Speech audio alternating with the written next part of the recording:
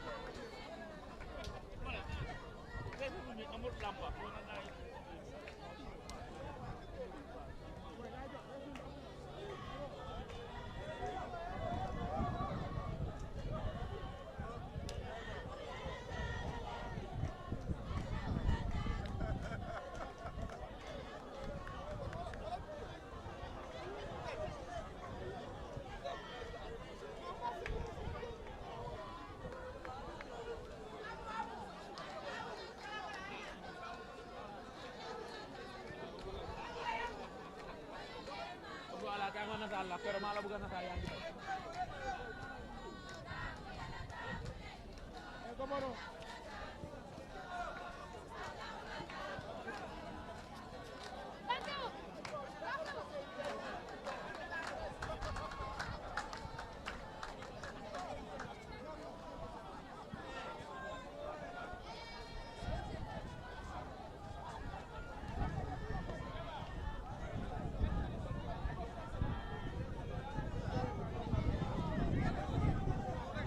affaire no hen yo hande on addi caméra ji ɗiɗi that's good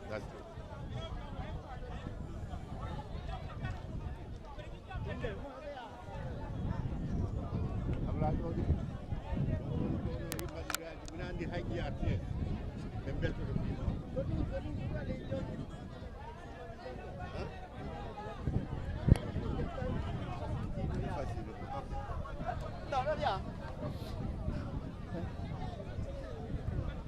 mawɗo sar eyyi ha joni Fulo TV o gari ɗo komin dartan ɗo min gari ɗo Serekunda e hanki ɗo final wonno hande kadi Allah waɗi min gari ɗo semi final goto ko ɗum min goni ɗo ha joni min gondiɗo e chairman mo gandanta kañum waɗi organise tournament ɗo e ɗum woni honorable Sefu Mballo mawɗo a jarama hande kadi on jarama TV fulɓe kañe GRTS ɓe gandanta onon mbaɗa represent in TV ji foof on jarama fi argol moɗon ɗo on jii hande o maaj jahonin ɗo te maaj ono right now ko 00 town en ganda hono wata kono maaj ono yaari wel yimɓe ɓe ngari sukaɓe ɓe beltima youths are happy kamɓe fof ne mbaɗa chant everywhere so ɗum ko weltare pour his excellency président Adama Barrow weltina sukaɓe Gambia ɓe eyyi jiiɗo ko Josuwan e Josuwan e Serekunda pilta ɗon nden noon football wato e ruki noon no fewi noon nden noon gandanta ɓe garani ɓe jiiya ɗum live e Fulɓe TV nden ko ɗum wiyoɗa ɓe yewtande nde ganda ko gandata ko won ambiance ko woni ɗo e wattuɗo e ɗumen e TV fimbo ɗo kala mbo arani ɗo han an andu a luutima ko mawni luutima saabu ko very interesting thing yatanin ɗo hakkude Serekunda kañe Josuwan maaƴo yimɓe fof nan belti sukaɓe nan belti on jihi ɓe gama eɓe luuka eɓe mbaɗa support kamɓe fof ɓe belti wondema président Adama Barrow na weltina sukaɓe kamɓe kala sukaɓe ɓe gandiranta mbawɗo ɗo yettade hande na welti ɓe doga ko ɗum woni président ko ɗum faala the overall objective of this tournament is beltingol sukaɓe Gambia ɓe laarani o wona politique woni sa laari sukaɓe gonɓe ɗo hewɓe ɓen ngala e parti sa kono ko ɓiɓɓe Gambia ko ɓe gandiranta ɗi paala sport yara yeeso ɗi mbaɗa support sport ko ɗum addi ɓe ngari ɗo so kala garɗo ɗo ɗi yiya wondema ɗi jasis ɗi gandiranta ko his excellency président Adama Barrow waɗi ɗumen sponsor ɓen ɗi ɓorni jasis ɗiɗi président Adama Barrow jasis amin référite ɓe fof ɗi ɓorni bacis mumen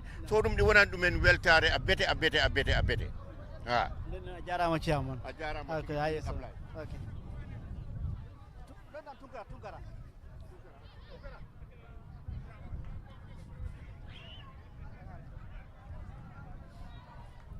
eyi adol ha joni mani noon ko Fulɓe TV wonɗo e darde ɗo ni eyyi ɗo ne mine wondiɗo e driver amen o kañum o wi ban amen o ko sankulle noon kono noon si wattuɗo min coori ɗum ko pulle lewata o jo wondi hoore on pullo nden noon Tunkara a salminama mi juurima eyyi joni noon sa yiiɗi a wawi haalde haala ma he nden no ɓaari ko président Barrow wayi tournament tournament o nden no ko wi foof Gambia fof wona pullo wona sarankulle wona ceɗɗo kañum kala gandanta ko a suka fo a tawa e tournament kono noon jiiɗa e tournament no sa yiiɗi a wawi haalde e sarankullede tournament ge ngara wari mogonɓe alhamdulillah machallah gueɗi sarankulle en tokonni Ibrahima Tunkara ay tournament ge lanajo pe adaga jamudi a was mogol ni honne youths are happy seren cu ñagali ndeñani haɗa mara men cunadi a suuti ma koɗantan aka koɗa ke an lenki ayana soron kappamey ayana soron bakkamey sasa par exemple mbaɗo ke ñawari a tindi wunna koɗa ke kiriyeti na ka sillaga na sawon yursunnaxa ina katume huta anayi ke baku yenan mbogari anayi golñambala xunna mbogari parce que lengi kota ke hadamare muku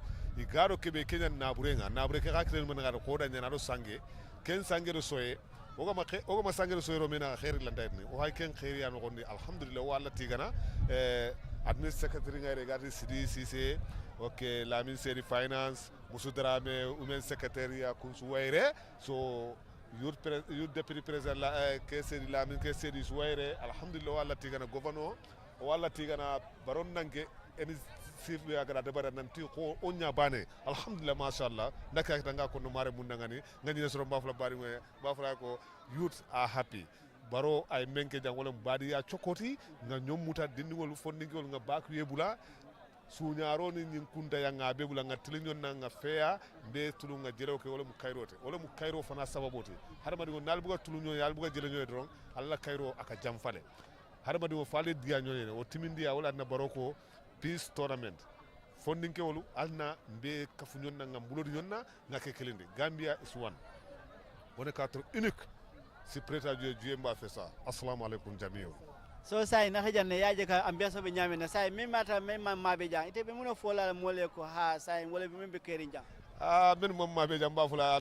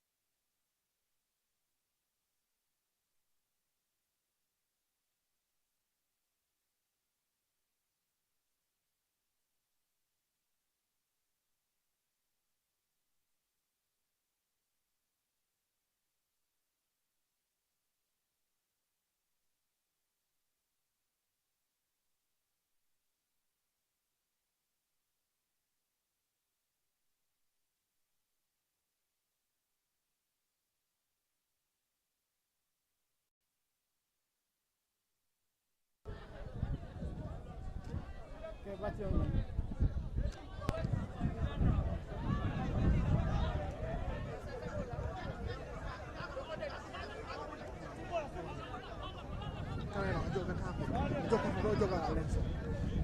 Lenzo.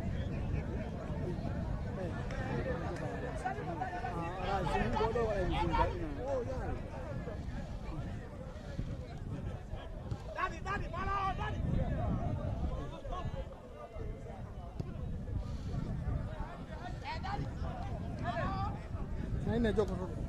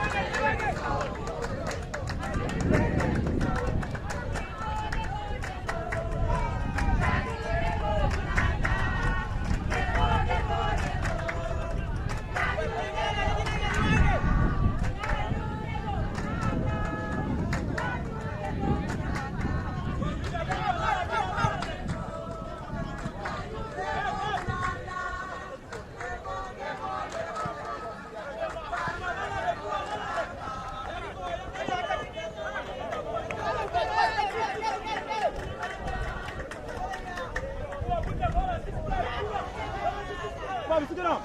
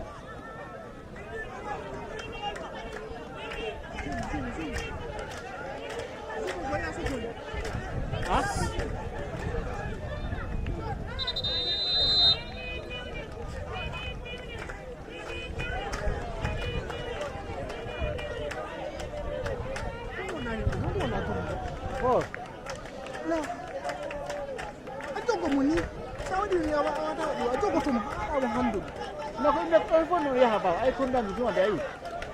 Wala. Wala. Nah, ini.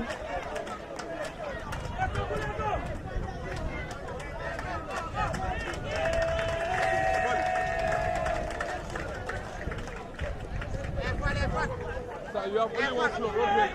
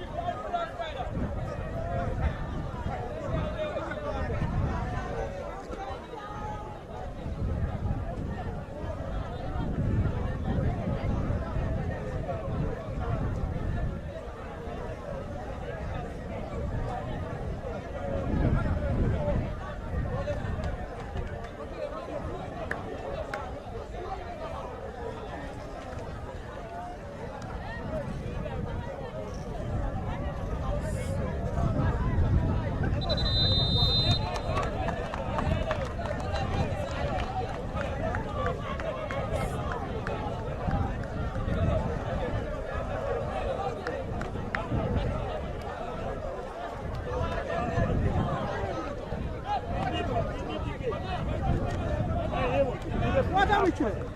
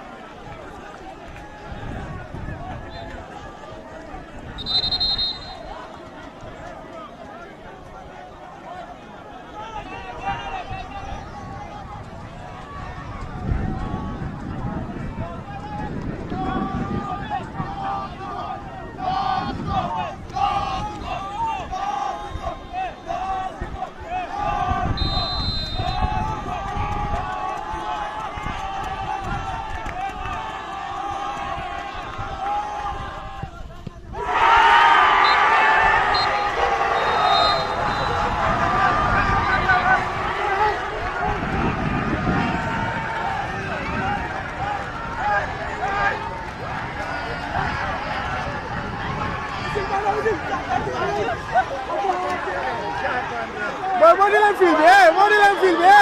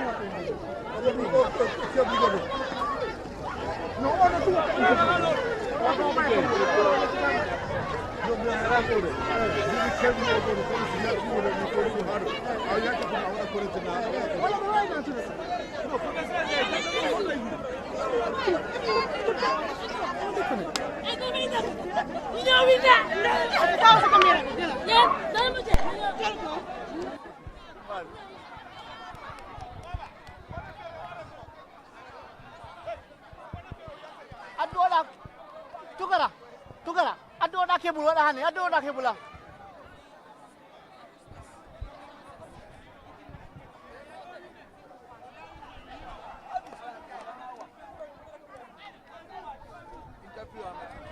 Kima ba, kima wini ko. Interview people ala boy man ma interview ama me den chance. Ma me do chance. Okay. Yan do na me. Mamun na wade. Naman. Yala interview. Okay. Lo de sose wala pol wala olo. English. Talk to me in English, yeah. It's better for me, yeah. Okay, yeah, we are following Fulbe TV online, live streaming at Serekunda East Stadium. We witnessed a semi-final here, very interesting between Serekunda and Joshua. Now we are here again with the winner of the game, and this is their coach. Chief, coach, how do you see the match today? Yes, the match was very, very interesting. As you can see, both teams were trying to win the game. We all pushed hard. The game was very entertaining, and the players, they worked hard for the victory. So as you can see, we were not able to win the game during normal time, so we have to go to penalties. So, but you can see the determination in both the teams to try and win the game. So we are very happy that the game is very entertaining, and the fans, as you can see, they enjoy the game, and we are very happy about that. So we thank God, and we cannot wait to be in the final. Yeah. How motivated in your team? We see that today they produced a very commendable performance. Yeah. What is the secret behind your performance today? Well, the secret behind of my, because Joshua, we like football. Football is what we do. So the boys, the lads, they are willing to play. They train hard. They want this. They need it. So for us, we can only guide them to what they want. So they really want it. They really need it, and they went for it. And you can see the hunger is with them. We are almost on the verge of losing, and then we have to come back and win the game. So the boys, they need it, they deserve it. I'm very happy for them, and the entire Joshua as a whole. Yeah. What is your look forward to the remaining games? Right now, as you can see, we are in the final. We are in the final, so we look forward to it. We are very hungry. We want to win it. So we'll encourage the boys to work harder, because the final will be a lot more difficult. So we'll encourage them to work harder, and we cannot wait for it. How do you see, what about the organizing committee or the main sponsor of this tournament? Yeah. What do you say about him, and then how this game, will motivate you towards the other, future game? Yeah, as you can see, like the youths are here. Like they said, the slogan for it is for peace. So as you can see, communities coming together and the youth coming together and having this on this joyous occasion. We want to thank them, for coming up with this massive initiative. It's brilliant and we love it. We are urging for more of this, so that it can foster development and foster grassroots football. So we are very happy. We are very happy with the organizing committee. Thank you. Thank you so much. Wow, ladies first. Ladies first. Okay, still now, on follow Ngabo Fulbe TV. I join this final Ogasi, join the executive committee and the Kaiba organizer. Madam Sainima. Inimbara bake. Game of Janyadi Lebi. Our game of Diata bake. Say water. It's a perfect match. Majo nyin Diata bake, alhamdulillah. Fans all funtita, football on in tough time, it was so tight. Yeah, but very fortunate for Joswang. It's a layer win. So, tournament ngamila the His Excellency wala sponsor. Muna la sababu no pura nyin tournament sponsor pour Gambia be. President Barole nyin sponsor His Excellency. Aya sponsor menna dalilo menna ngamira wala yitandita jang.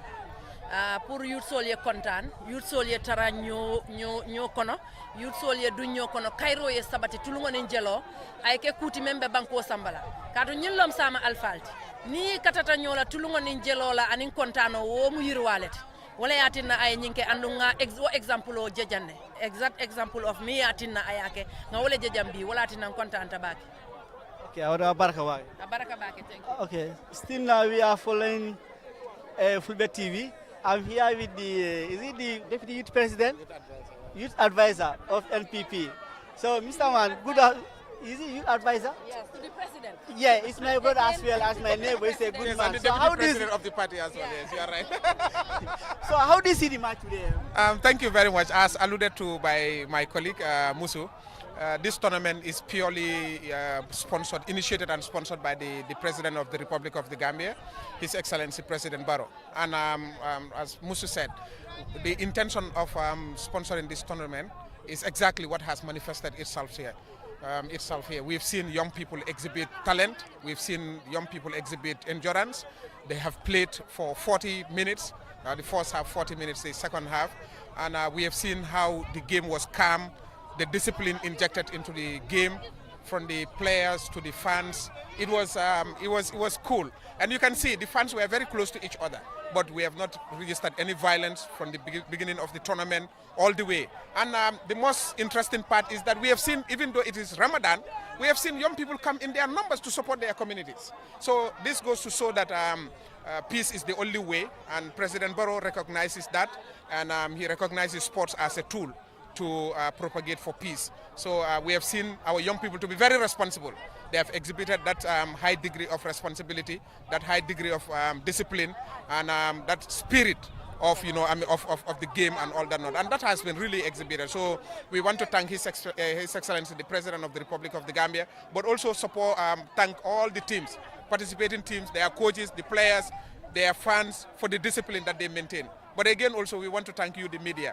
It would have not been possible for the public to know what is happening without you. So the Fulbe TV, we want to say thank you very much. Anjarama. Anjarama. Okay, then when will be the final? Because we witnessed the semi-final. Then when will be the final as well? Right now, the conversation is on for KMC. We are planning to hold the final on Saturday. On Saturday, this place will be jam-packed. We will mobilize people as much as possible. But again, also, I'm sure people will mobilize themselves because it's community thing.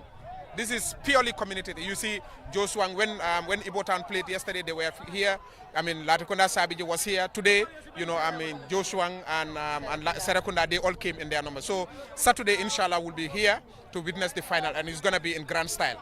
And then we will prepare for the bigger final after the Ramadan. Thank you. Thank you very much. Thank you. Thank you. mbalo ɗum ɗo woni welo welo arɗo The youth and sport minister is here. mbalo ɗum ɗo woni welo welo e watta e hunde sina ɗoɗɗen tum ministre on gonga koɓe wiyata kon baro no mijorɗa o ko ha ronka because toujours ko président mo annduɗa o waɗay ko annduɗa goɗɗo meeɗa wadde ɗe président ɓe yawtuɓe fof ɗum ɗo ko welo welo ko suuma yer ramadan korka kono sukaɓe yalti ha joni no waɗa enjoy mine anndi tan ya yewtiɗen e ministre on kadi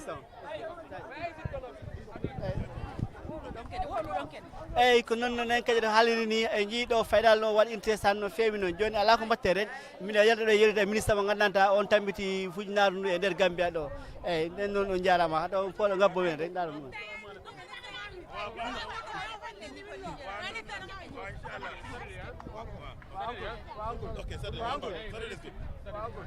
eyyi ha joni noon mi haaldi noon de miɗen gara ɗum honorable ministre ɗe ñola ko olof rek waaw because naka nga gisee guddi bi nag naka nga gisee guddi bi nag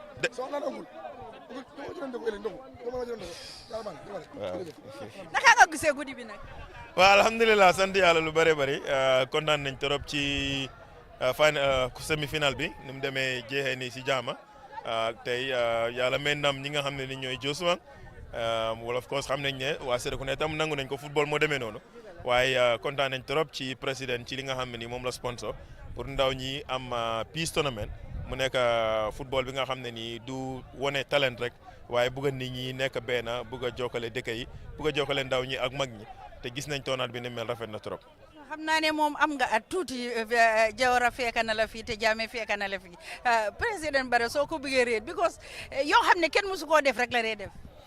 non loolu mooy dëgg sax te loolu moom man personnellement dama ko dee wax saa yu nekk ne am na yi xew ci jamono ji yoo xam ne nii buleet la ñoo wax parce que organise peace tournament nga defuloo ko muy benn tournament lu mooy nga ne nationwide jógee ko ci region si constituency si jëw si region si ba pare am war a national final loolu mu ngi door waaye tamit soo xoolee ñun si suñ sport li xew ci wàllum sport léegi ci nguur gi li moo dépense ci sport amutoon ci benn nguur in the past xaalis yu bëri lañ fa dugal infrastructure bi ñu ngi ko développe ndaw ñi gis nañ ci li nga xam ne moom lañ nekk tey kuy represent Gambia ci sport muy football wala volleyball wala athletics di nga gis njëriñ bu bëri boo xam ne moo ci nekk loolu mu nekk loo xam ne li ñoo gërëm président bi la tamit di ko wax ne rek ndaw ñi kontaan nañ ci moom ci li moo dépense ci sport waaye tamit lu moo def façon yi nga xam ne moom wane ne sax andiwu ko politique waaye nag daf ko def pour nit ñi nekk benn tamit ndaw ci tamit mun de gis seen boppa talent bu nekk mun na fay jógee ëllëg kenn ku nekk fii mun naa nekk professionnel ëllëg te weeri koor la sax taxul xam naa ne final bi dina gën a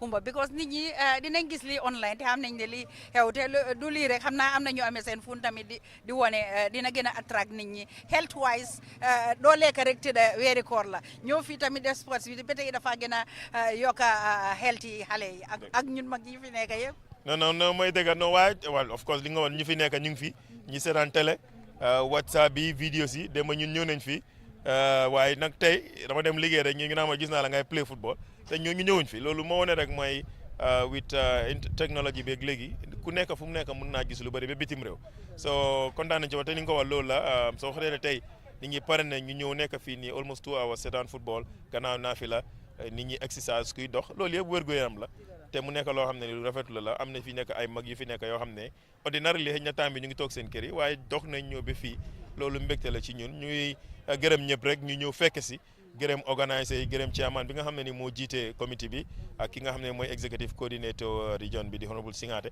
ak honorable Sekou Mbala ñoom ñëpp liggéey nañ ci liggéey bu rafet ñu gërëm leen di jox dig dege final bi incha allah ci samedi inchallah waaw jërëjëf musidɓe ko ɗum ɗo min a heɓatno on li lañ leen amaloon Fulɓe TV live streaming jërëjëf si li ngeen ñu toppa